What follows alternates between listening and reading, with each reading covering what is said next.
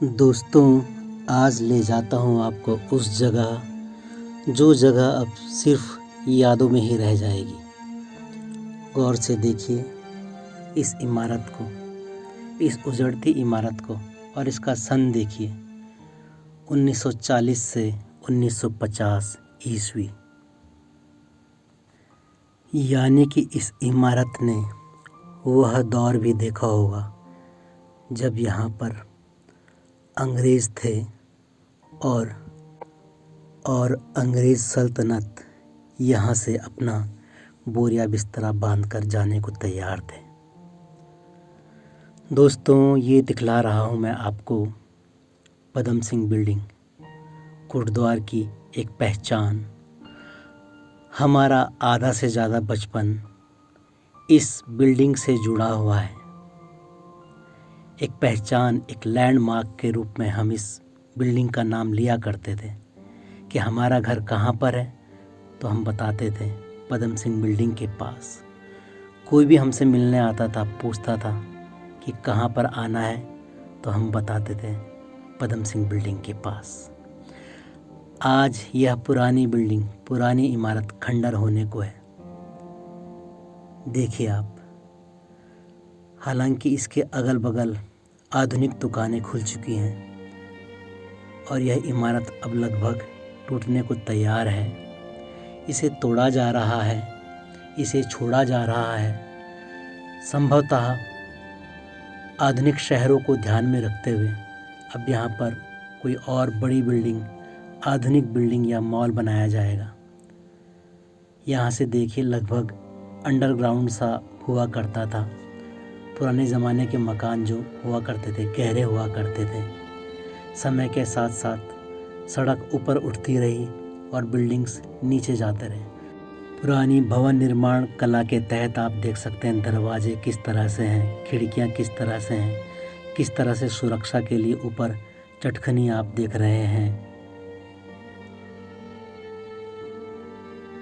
आजकल यहाँ पर काम चल ही रहा है, तो आप देख सकते हैं कि मजदूर इस बिल्डिंग को तोड़े जा रहे हैं।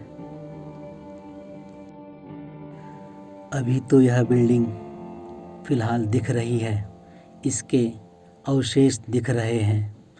अभी यहाँ पर पढ़कर पता चल पा रहा है कि ये पदम नगर नाम से बिल्डिंग थी। संभवतः श्री पदम सिंह जी ने इस बिल्डिंग को बनवाया होगा। हालांकि हम इस बिल्डिंग के इतिहास को बहुत ज़्यादा नहीं जानते हैं, परंतु इतना ज़रूर है कि एक बड़ी लैंडमार्क के रूप में इस बिल्डिंग की एक पहचान थी। उस वक्त इस तरह की दुमंजिल बिल्डिंग्स नहीं हुआ करती थी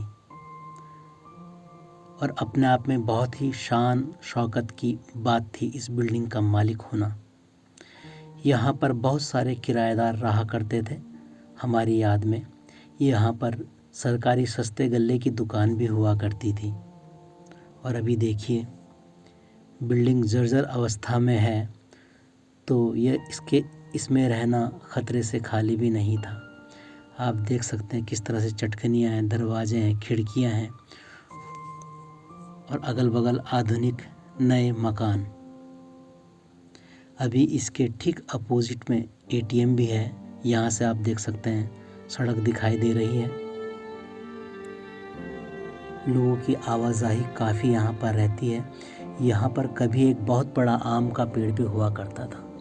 अब दोस्तों, मैं आपको पूरब दिशा से दिखा रहा हूँ। यहीं पर कहीं पर सरकारी सस्ते गल्ले की दुकान हुआ करती थी और यहीं पर आम का बड़ा सा पेड़ हुआ करता था।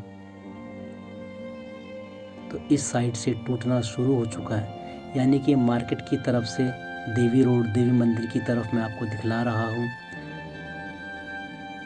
आधे से ज़्यादा बिल्डिंग टूट चुकी है और अब बाकी आधा भी टूट जाएगी। गौनियाल मार्केट से पहले और देवी मंदिर के बाद इसके बीच में ये बिल्डिंग हुआ करती है। अब हम कहेंगे कि हुआ करती थी। अब अगल बगल इसके मॉल्स खुल चुके हैं और बिल्डिंग का भी संभवतः आधुनिकीकरण किया जाएगा। आप देख सकते हैं पहले किस तरह से यहाँ पर चिमनियाँ थी, छोटी सी अलमारी, आप इन्हें समझ सकते हैं। इसके अंदर घर के इस्तेमाल का छुटपुट सामान रहा करता था। अब ये भी इतिहास बनकर रह जाएगा। इस बिल्डिंग ने वो दौर भी देखा होगा जब यहाँ पर अंग्रेज़ रहा करते थे। इस बिल्डिंग ने कई सरकारें भी देखी होंगी, बहुत सारे विधायक भी देखे होंगे। हर तरह का परिवर्तन, हर तरह का मौसम इस बिल्डिंग ने देखा होगा। और अब ये बिल्डिंग दिखेगी सिर्फ यादों में। तो मैं अपनी तरफ से प्रयास कर रहा हूँ इस बिल्डिंग के कोने कोने को दिखलाने की।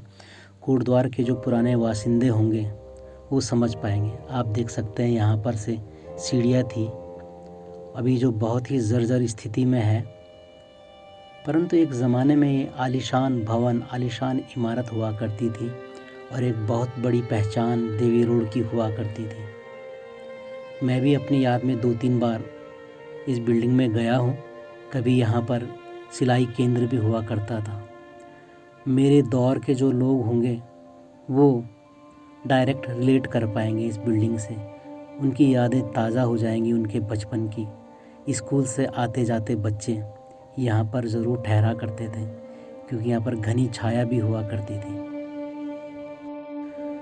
हो सकता है कि इस वीडियो को देखने वाले आप लोगों के लिए इस बिल्डिंग का कोई ख़ास महत्व नहीं हो, परंतु मेरे लिए और मेरी पीढ़ी के और लोगों के लिए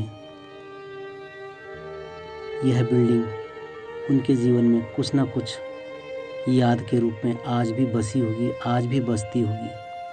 तो मैंने एक याद के रूप में, एक संग्रहालय के रूप में, एक संस्मरण के रूप में इस बिल्डिंग की यादों को अपने चैनल में सजो कर रख रहा हूँ, क्योंकि बाद में शायद इसका अवशेष भी देखने को न मिले।